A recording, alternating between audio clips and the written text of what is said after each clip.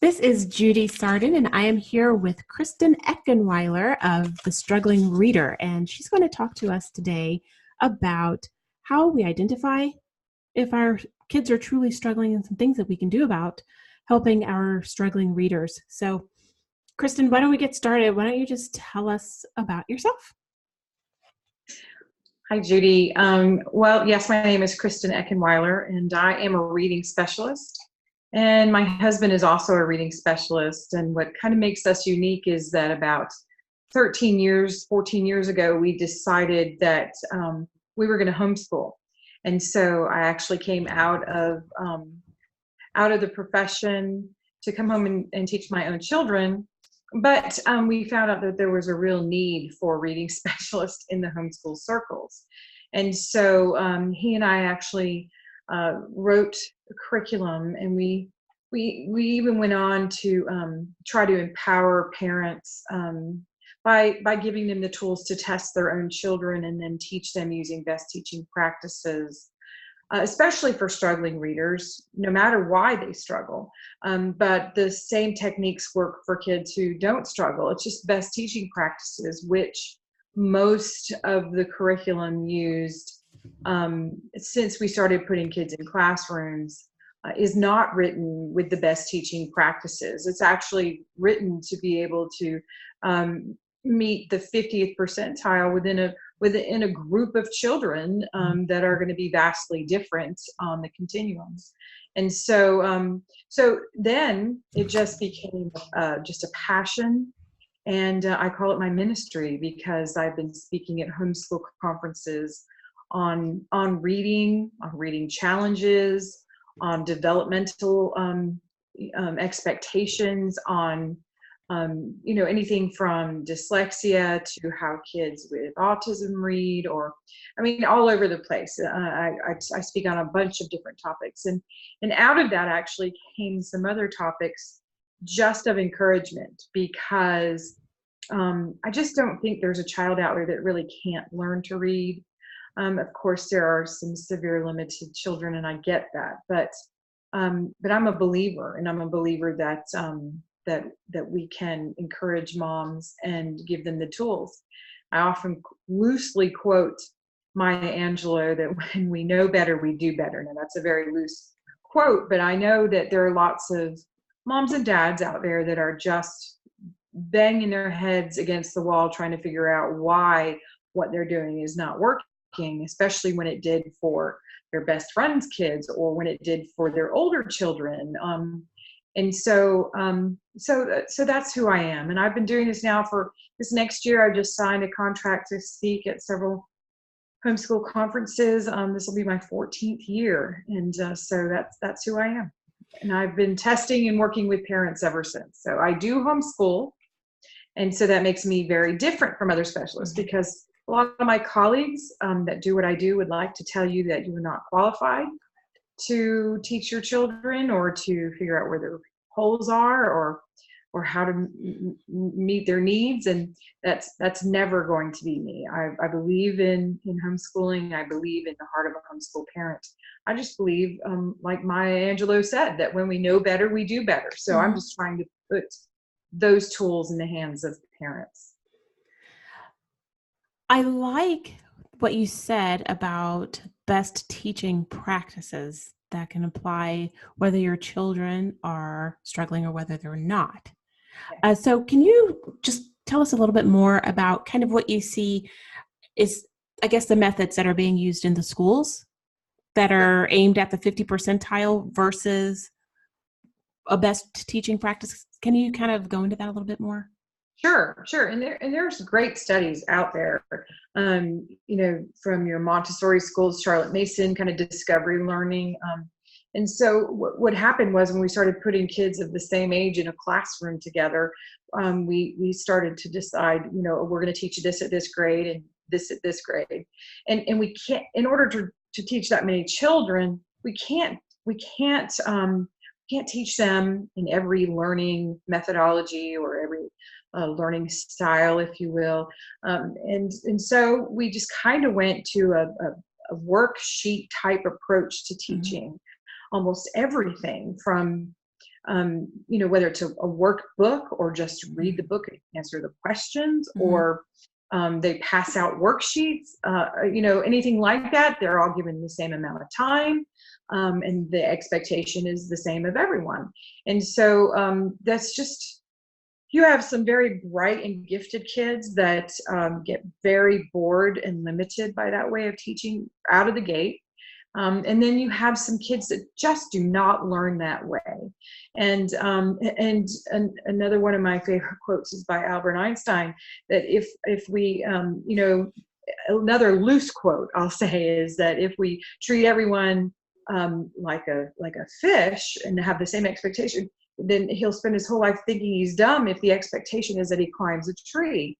And so we're all different. And so we're teaching this one way, and we are making almost a third of our population think that they're stupid because of the way we teach. It's not the way that they learn. And so everybody knows that they learn better. I mean, we can even see that our children actually learn better in certain ways. There are some children that respond real well to auditories. They love to listen to books on tape. They love to listen to lectures. They pick up information easily in a church setting where they're being spoken to. You can give them directions auditorily and they can follow those very well. We have other kids who are very visual, and they know it when they see it, and you could drive them to a function or an activity, and they know the way because they're very visual, and they learn that stuff very, very easily. But most kids, and everybody, by the way, is a very kinesthetic learner and tactile, where we touch and we move with things. So tactile would be your touch, and kinesthetic would be your movement, and very rarely do you have one without the other. And then there's all kinds of things that also can play into best teaching practices, like there are smells associated with learning and retrieval. So I tell everybody that whenever we teach our kids new information, it's always connected to something that they already know. And so what happens is that they can't find it. They receive it, but they can't retrieve it. And so there's been studies where certain smells will help them find this information again. And that, everybody knows, you walk into a room, you smell a certain smell, and it brings you back to some memory from 30 years ago. And so smells can be very powerful. So there's some research behind. It's actually kind of interesting that like eucalyptus outdoor smells can help open the flow of learning and retrieving information. So that's interesting. But in smells and taste, and that's why we incorporate some of that when we're doing some kind of study on countries or whatever, because it helps us associate memory with a sense. But anyway, best teaching practices involves two or more of those modalities of learning. And so if I can have them see it and say it and hear it, then that's considered what we call multimodality. But the best teaching practices is when a student, young or old, experiences the learning, and anybody that's doing a worksheet is not experiencing learning at all. One example I like to give is several years ago, I was actually in Manhattan doing some testing for some homeschoolers in the Manhattan area, which is fun. And so my kids have kind of grown up doing this with us. And so we took them to Ellis Island. And so we got on the ferry, and there was a group of kids. It was a fourth grade class, and they all had lanyards on, and they all had a name of someone who had immigrated to this country. And they were going to spend the entire day doing whatever that real person had to do when they came to the country. Some of them might have medical, some of them had their names changed, some were reunited with family, some were put into quarantine because of diseases, and they were going to spend the whole day doing that. Now, who is going to remember immigration better, that child or the one that reads about it and answers the questions on page 44? So it's about teaching kids and letting them experience learning. I'll tell you the biggest thing that I bump into is the fear that we can't teach that way because it takes too much time. And so I always try to just, I just try to eliminate that fear, because the truth of the matter is we spend a lifetime learning. We're never going to teach our children everything. It's just, give that up. It's not going to happen. So if you can teach them how they learn and give them an unquenchable desire to do so, why, you've done everything you really need to do as a homeschool educator, because now they're hungry for information and they know how they best learn. And it's not like everybody else. I'm going to go on a tangent because you just hit on something that I always like homeschool moms to talk about, which is you can't teach your kids everything. And so a lot of people are afraid to homeschool their kids because they think they're going to miss something. They think they're going to miss that one thing that's going to ruin the rest of their lives. And so I know that you have a son who has graduated from high school, and he's in college now in military. He graduates in December, and he'll commission into the United States Marines early part of 2020. Mm-hmm. Yes. And so, as a mom who has graduated, not only a high schooler, but also about to graduate a young man from college and is about to be a Marine officer. Yeah. Can you speak to the mom who's just, and like I said, it's total sidebar, but since you brought it up, just speak to that mom who's afraid that she's going to miss something or she's going to ruin her life, her kid's life, because she doesn't know everything. So, somebody once said to me, and I don't even remember who it was, but it was brilliant, because they basically said, if you think that it's up to you to teach your child everything, then you think way too highly of yourself. And I thought that was funny, because I was like, but it's true. I'm a woman of faith. And so I believe that whatever our children are created to do, they'll be equipped to do. And it doesn't matter. I can't get in the way of that. Now, that's just my belief. And so if your child is struggling in a certain area, let's say they're really bad at math, chances are what they're being called to do with their life isn't going to really be wrapped around a bunch of numbers. And so if they're not good at science, they may not be an engineer, but whatever they're good at, you have the ability as a homeschool parent is pulling out those things that they're personally strong at and encouraging that line of learning. And so, there's just way too much to learn. And if you're homeschooling for a week, you already know that you're learning things that you never learned when you went through school. And so, I just think, I think that fear is natural. We love our children, and we're just as any mom, not just a homeschool mom, we pick up guilt within a 50-mile radius. And so if something goes wrong, it's got to be our fault. And so I think that some fear is good. I think it drives us to be accountable and responsible. But I think once you settle into the idea that your kids are they're going to be okay, I just say, sometimes you just got to put one foot in front of the other. Sometimes you just got to say it again. But I always, my mantra, if I could ever coin a phrase, and it's out there, I've been recorded 1,000 times, that there are really only two things you have to teach your children. And I'll say it again. You got to teach them how they learn. And so you need to understand that yourself. And then you give them an unquenchable desire to do so. You just take them places and you introduce them to things and give them an inquisitive spirit, and then just plow through the material, which is just what they did with us. Mm-hmm. And we're all standing, and our kids, I dare say, are much, much better equipped than any of us that went through the public school systems and, just get churned out like numbers. And so that's kind of that's my soapbox on teaching them everything. It's just not going to happen. So let it go. I love it. And I didn't mention this at the beginning, but I met Kristen 3 or 4 years ago at the Great Homeschool Convention. She was speaking, I was speaking, and we're actually speaking again this year. I'll be at the one in Cincinnati and California. And which ones are you going to be at, Kristen? So I'm not doing California, but I will be in New York and Florida. I'll be in Cincinnati. I'll be in South Carolina. Let's see. Texas.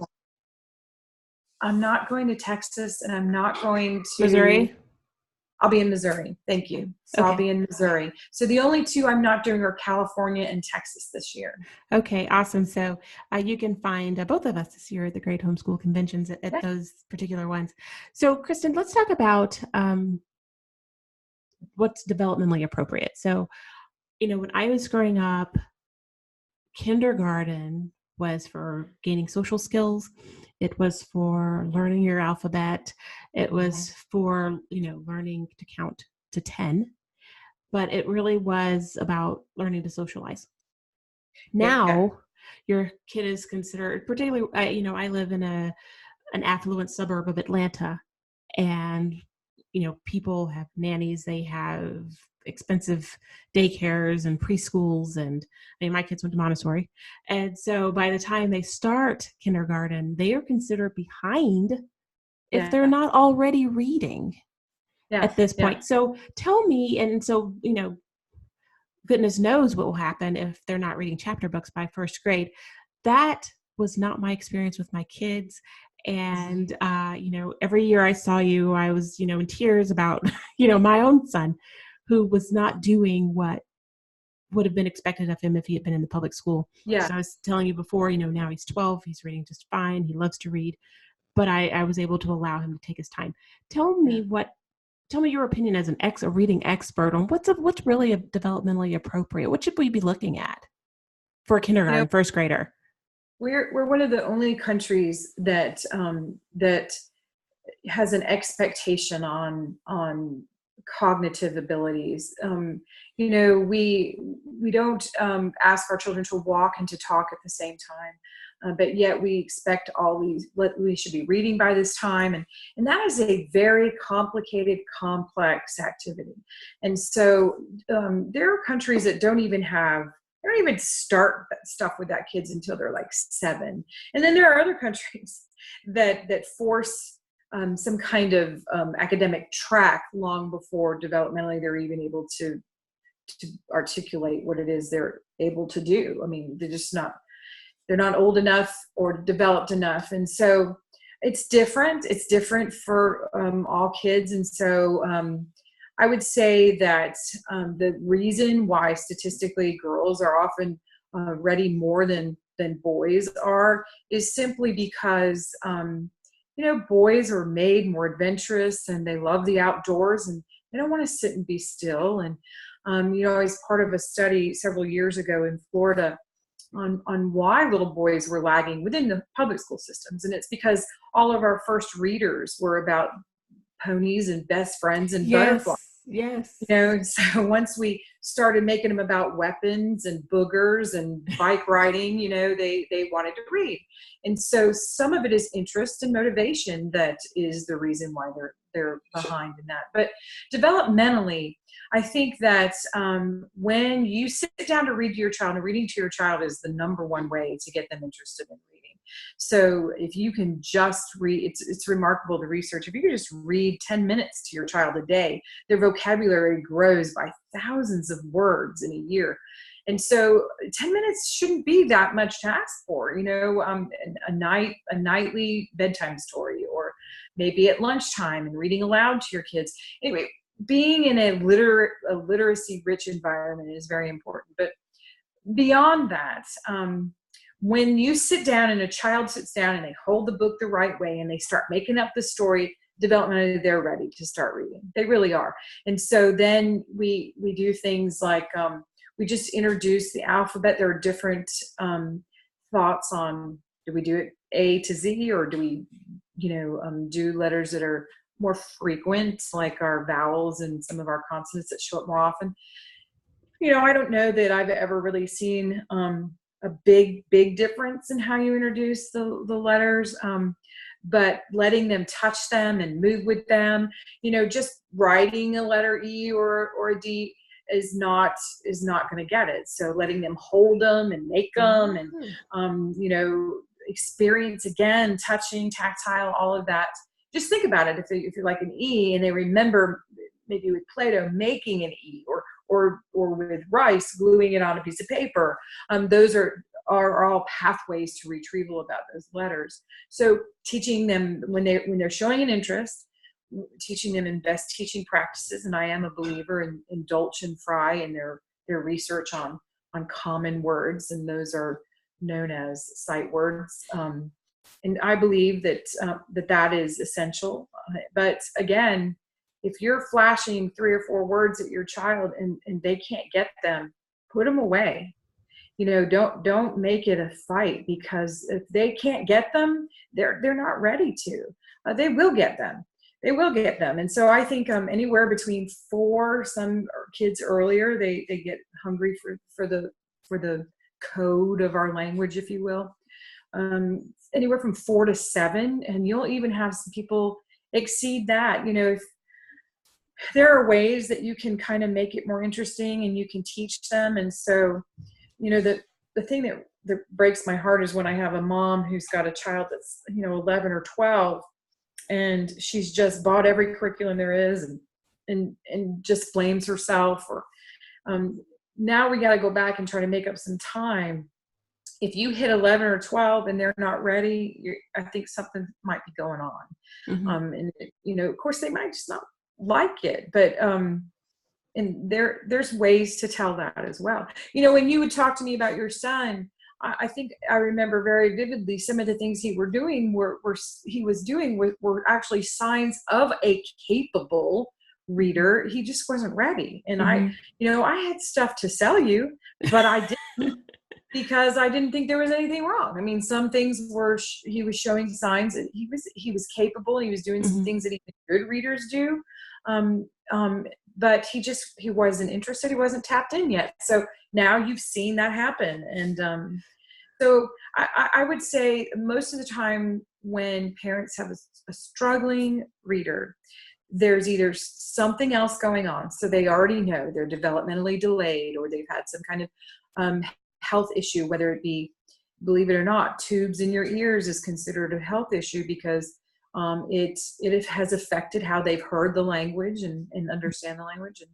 And if they've been sick, or if they've been moved around a lot, that can happen, where there's no consistency in some of the ways that you're teaching them. But parents usually know if there's some kind of IQ issue, or if they're on the spectrum. All of those do not mean that your child's not going to learn to read, but developmentally, there's no need to wait any longer. If you have a child that's actually really strong in other areas, but in this area there's something going on, then that starts to point more to a dyslexia cause. It doesn't mean they have dyslexia. There's all kinds of dyslexias that affect children in learning. Types, if you will, of dyslexias. It's that definition is very, very broad. So if you have a little one that's transposing letters and stuff, it doesn't mean they have dyslexia. That's very normal for little ones. But there are some things, and what points us to dyslexia, which is just an umbrella term for a neurological processing challenge. If it starts to point to dyslexia, it's because in relation to other cognitive abilities that they have, this is a problem. So developmentally, I would say, if you're hitting 7 or 8 and you're not making any progress, then that would be a time that I would talk to someone like myself and make a plan. Because you don't have to wait until they're 11 or 12. There are some things that you can be doing, again, with these best teaching practices that make the code make more sense to them. I think one of the things that you said about interest is really true when it comes to boys. And, I read so much about reading because of my son. But one of the things that it was exactly what you said when I think about the classics and all the stuff that I read, because I was a voracious reader growing up. I was reading on a 12th grade level when I was like in 4th or 5th grade. So it was just killing me that my son didn't love reading. Like, what is that? He's so much like me. But one of the things that I read about boys is that they tend to like nonfiction. They tend to like, and all the classics that I love, Edith Wharton and Jane Austen and all that stuff is not stuff that they're interested in. And so I bought him books about spies and jets and Yeah. helicopters and things like that. I just bought them. I had them in the house. I didn't try to force him to read them, but he would flip through the pictures. He'd flip through Mhm. and look at the pictures. So he would always pick up the book because it was something Right. he was interested in, Yeah. but he would flip through and look at the pictures. And after a while, he would just read the captions. Sure. But he would pick these books up just about every day. Mhm. And then after a while, he decided that maybe he wanted to know a little bit more. And so he would read. There was not a lot of text on the page. There are Usborne books, but there was enough to give him information. And so that's actually how I got him Yeah. Yeah. going. And it wasn't, before that, I read everything to him. I read his science, I read his history, I read everything out loud because he could read. It was Yeah. just very slow. It was very labored. We Mhm. did take care of a convergence inefficiency that he was having with his eyes. Mhm. I think that's probably what set us back. And then he just didn't want to recover after that. But that's how I got him started. So I think kind of one of the things you said about interest, especially with boys, you could find plenty of Pinkalicious and Mhm. all that stuff. Is just really hard to find books that he was interested in, the early Yeah. readers. Yeah. Yeah. There are more out there. There are definitely more out there.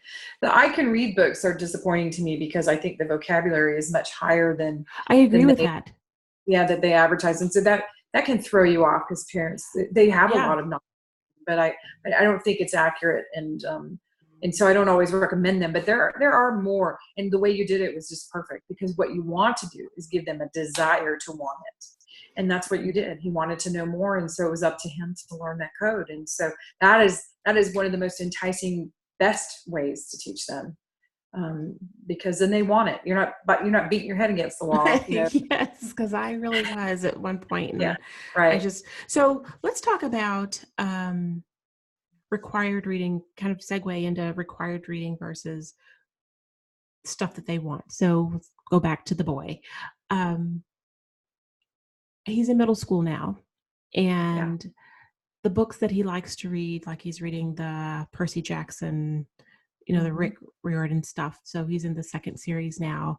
And I feel like that's an appropriate reading level. But I also know that if he were in school, he'd have the required reading. And so I've tried some of those kinds of books, kind of the just kind of the ones that you would be required to read if you were in middle school. Yeah. Yeah. He hates them. And so I feel like, okay, I'm going to let you read the 5 books in this Wings of Fire series, or maybe I'll have you read 3, and then I'll just stick one of those required kind of books in there. Because I feel like, even though I feel like these books are on reading level, that he should be getting into some of the, I don't know, more complicated. I don't know, because I don't know. What is your Yeah. opinion on that? Well, I actually have kind of two opinions about that because I think that if you have someone who doesn't gravitate to reading and doesn't like to read, and I'm going to talk, it doesn't sound like that's him. He likes to read, but if you have someone who doesn't gravitate towards it, they're not drawn to reading. They're not. There are people that really they just cannot concentrate long enough for a story to evolve because it's just not how they're put together.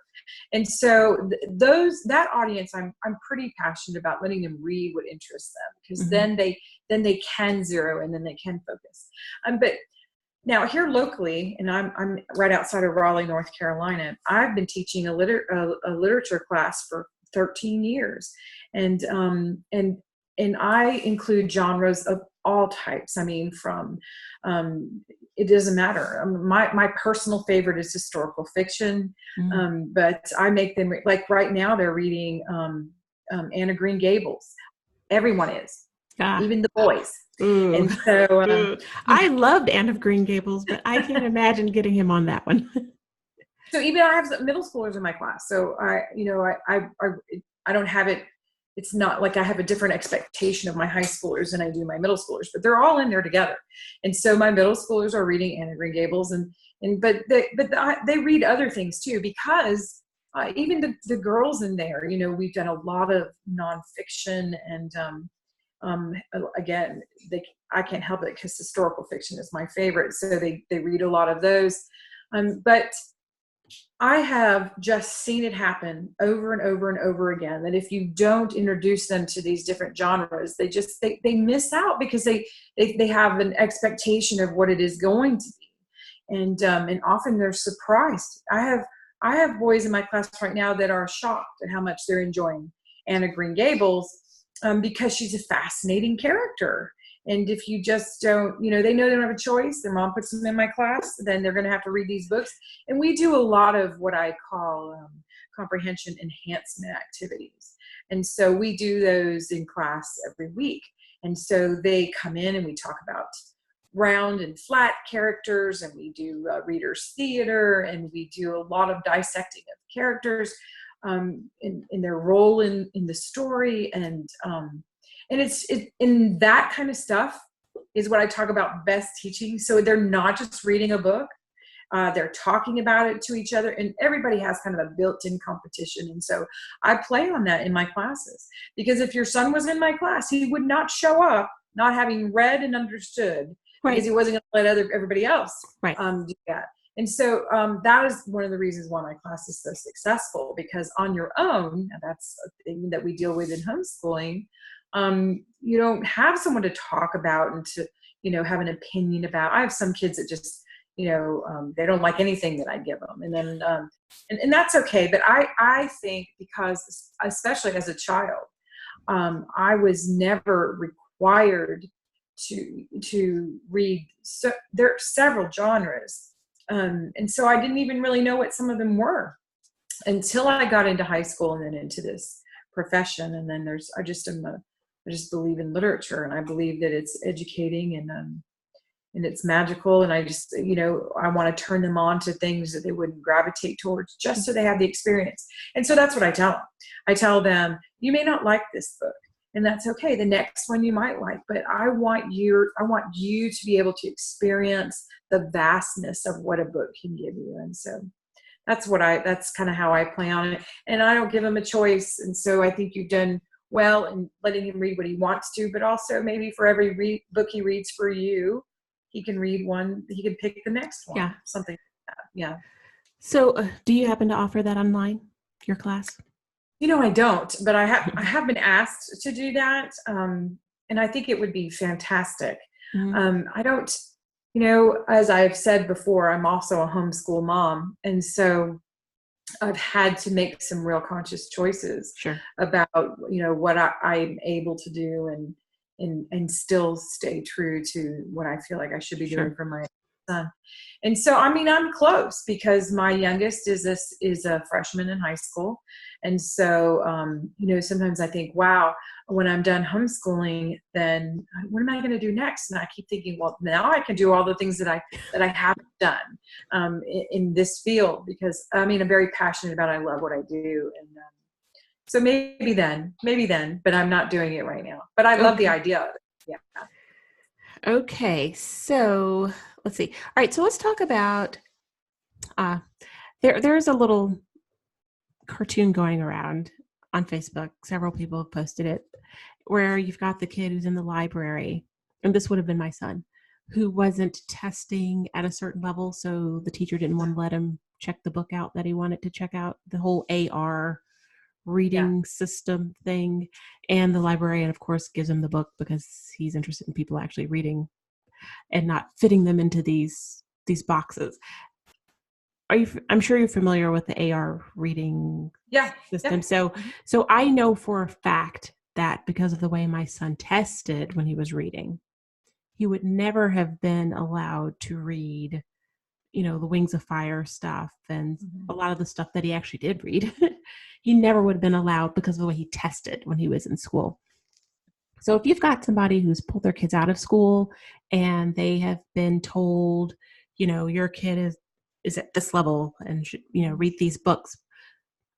I know that you have programs to help people kind of assess that. Can you tell us how do we figure out what our kids' reading level is, particularly for those people? I think if you've been homeschooling, mom kind of knows because they've been with you, but a lot of people are just yanking their kids out of school now, middle school year. What do you say to, how can you help those parents figure out where we are with the reading situation? So this is a great question.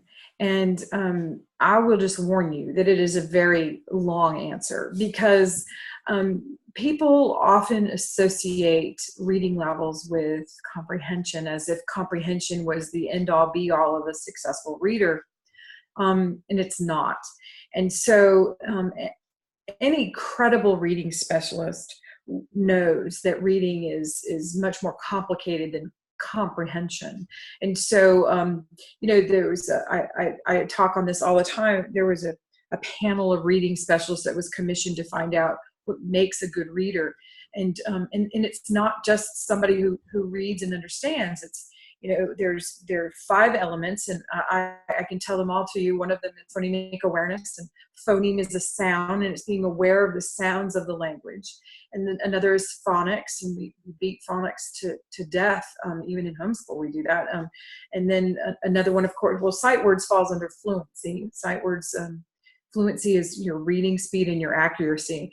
That's a big deal, because a lot of kids will insert things, skip over things, guess at things, omit things, and it changes the meaning. So, parents are surprised when I tell them, if they answer the question wrong, because they read it wrong, then it's not a comprehension issue, it's an accuracy issue, and that falls under fluency. That's something we look at in fluency. And then vocabulary is another one. And so we look at all 5 of those. Now, phonemic awareness is it's the number 1 predictor of reading success, and yet half people don't even know what that is. And if your kids aren't processing the sounds of the language, then when I start teaching them phonics, well, now they really, not only do they get lost, but they start to just give up, because it's a code that they can't decipher. So an example I use is eh. Oh yeah. That may sound exactly the same to some people listening, but if it's the same sound to you, because people who don't have this auditory processing ability, they might hear ah. Then I start showing them phonics, which is the sounds and the letter combinations that make those sounds, and I hold up pan, pen, and pen, and to them it's the same exact word, because it's the same middle sound that they're processing, but it's 3 different codes, 3 different symbols. And so then I get bad spellers, and then I get kids who don't want to read. And so, but it could be any number of those 5 things that's affecting their reading level. And so when people bring kids to a reading specialist like myself, we test in those 5 areas. We look so that we can say, well, they have an auditory processing challenge, or they have huge holes in their phonics understanding, or they're omitting too many things or guessing too many things. And you have a lot of avid good readers that just guess, and they just within context fill in the blanks as they move along. And so they could be great comprehenders, but not good readers. And so, we look within those 5 to find out what is affecting, especially if it's a reading level that is below where they're kind of expected to be. And so it's just not an easy answer. So even within the struggling reader, as a reading specialist, my husband and I painstakingly took the testing that we did as reading specialists and turned it into assessments that parents can give their own children to figure out within those 5 what they know and what they don't know.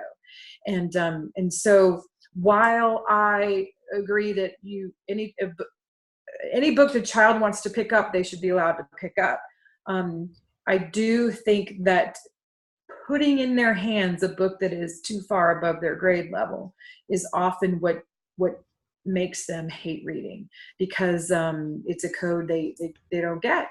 And so there are some great websites out there. highnoonbooks.com is one of them, HIGH, noon, NOON, books.com. High interest, you pick the reading level, so you can get a reading level that is more along the lines of what they're capable of doing, but more interesting things than Dick and Jane kind of stuff. And, yes. And so it's kind of a double-edged sword, where I want them to have things they're interested in. I don't want it to be the reason why they don't want to read, because it's at a level too high for them. So I think that one of the most important things that any parent, not even a homeschooling parent, needs to know is, there's 3 reading levels that everyone has. And an independent reading level is one that they can read without you. The sentence structure is not too difficult. The vocabulary is not too hard.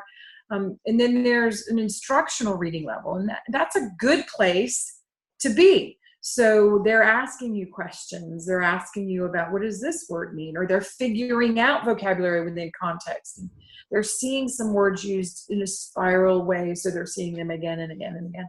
And so that's kind of a good place to be when we're teaching them. But we want to fill our baskets in our living room with either books like the Osborne series that are more pictures, more visual, but they entice them to know the language, or books at their independent reading level.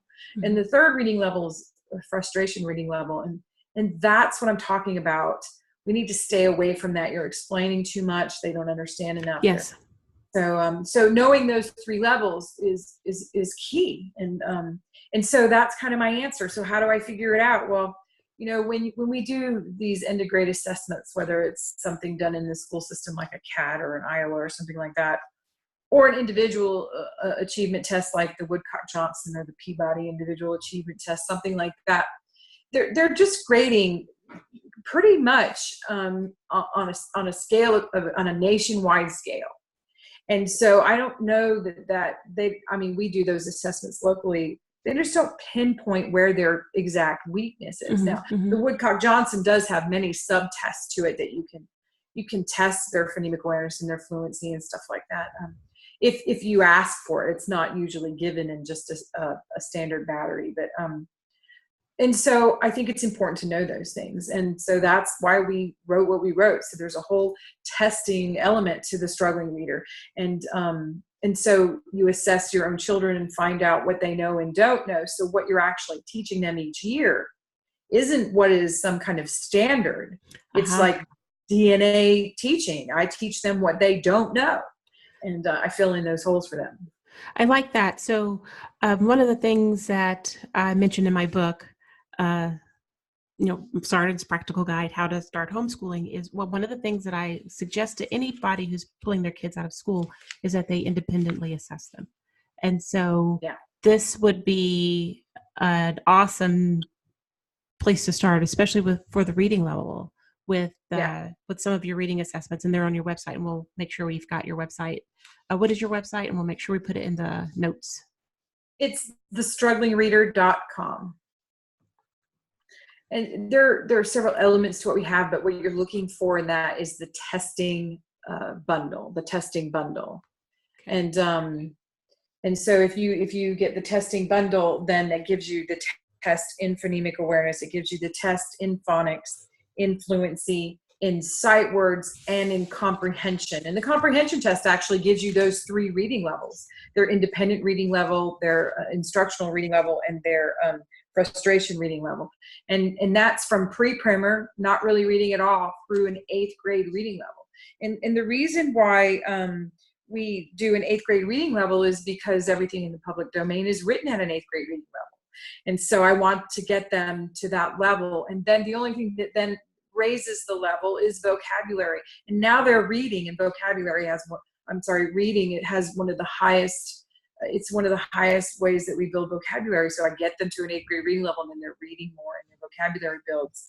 So that's what I'm trying to do. Okay, so let's talk about, I guess, 2 more things. How do you identify a child who is struggling? How do you know, at what point do you know that, okay, this kid needs help? And it probably kind of dovetails onto what you were just talking about, but how do I know the difference between I have a kid who just doesn't want to read, doesn't like to read, versus a kid who I need to get him some help? Mm-hmm. Again, there's two places that shows up, and that is either they have the ability to do everything else, and so that kind of points towards maybe a type of dyslexia. And so I would say if you've got a child that reads and just can't get the fluency down, they're just struggling, they read, but it's just real choppy and slow and methodical, then you have a fluency problem, And so you press on and you do things. Now, the way we teach it is we teach fluency very specifically, and we do that using those best teaching practices. So they have to, record their voice and listen to themselves and do it over, and and so we do things that get them experiencing their learning there. I would say that if you've got a child that's challenged, they're reading fine and their comprehension's way off, then you have a reading problem. And so there's no sense in waiting. In fact, if they're 5 or 6, I tell parents, give them another year. Maybe they're just not ready.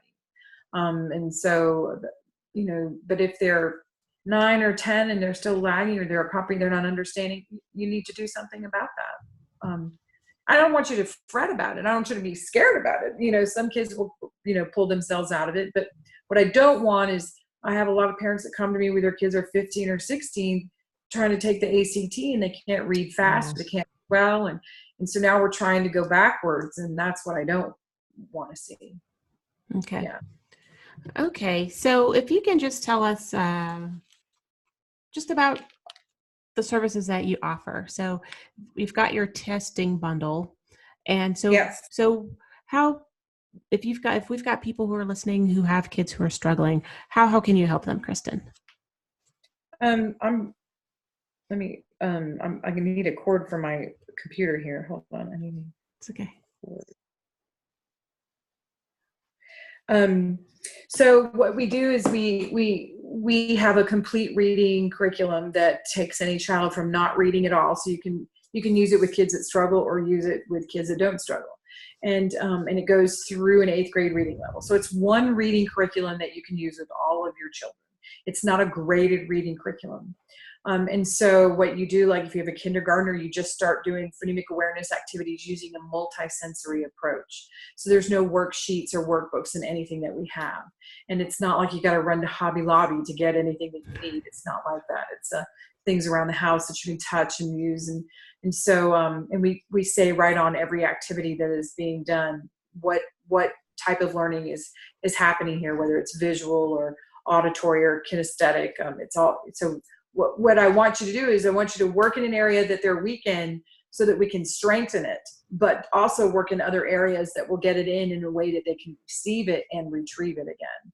And so it's one reading curriculum. You test your children in those 5 areas I talked about. And what you do in 1st grade then is dictated by their weaknesses. You just start there. And then you test them either at a holiday break or at the end of the next year. The assessments are not consumable. And then you figure out what they know and don't know. And that's what you do for 2nd grade. And you do that each year until they test out of all the material. Now, eventually they'll get all the sounds and they'll be done with the phonemic awareness component. And then maybe you're just doing phonics and fluency and some comprehension activities.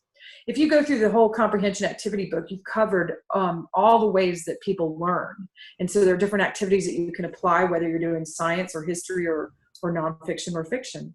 But I'm teaching them how they learn when I do those comprehension activities. And so the curriculum itself is geared to get any child to an 8th grade reading level. And when they get there, I don't know. If you start from the very beginning using these best teaching practices, they could be reading at an 8th grade reading level coming out of 3rd or 4th grade. If you've got a child that is really laboring and struggling, it might take longer till you get there. But we're teaching phonemic awareness intentionally teaching the sounds of the language, intentionally targeting phonics skills. And I don't know of anything else credible that you could put in the hands of parents to let them test their children in phonics. I mean, most of the time they're just buying another phonics curriculum, hoping to hit what they don't know. And this actually pinpoints what they know and don't know, and where in the word the struggle is, not just what they know and don't know. Okay. So that's what we have. That's what we wrote and what we market, and we call it ministry. We're trying to empower parents. It's just it's a real empowerment piece to be able to test your own children year after year and know where they're at and know how to meet their needs. So one of the things you did say was that this is not consumable. So if I've got 5 kids, you can use it with all 5 kids. Yes. Yep. And then go ahead. Again and again and again. Yes. And the last question is, how much time does mom have to spend with this?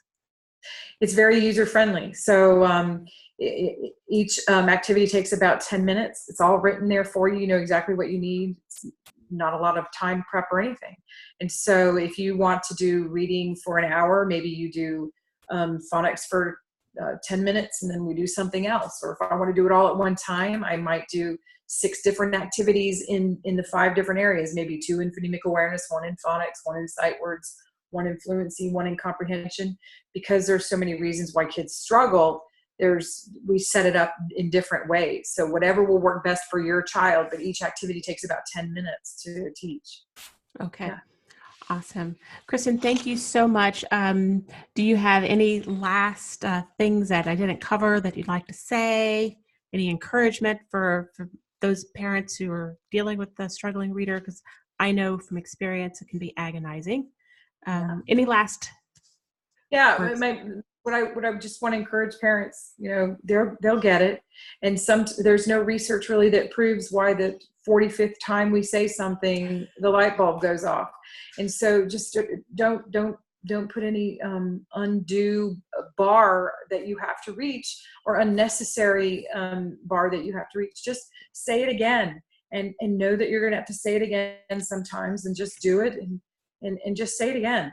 You know, love on them, tell them that they made you the luckiest parent in the world and that you're their biggest cheerleader, and just stay the course. Sometimes can be challenging. A lot of times we do take 3 steps forward and 2 steps back. So that's my best advice in teaching kids to read. Great. Thank you so much, Kristen. Yeah. It was great hearing from you. All right.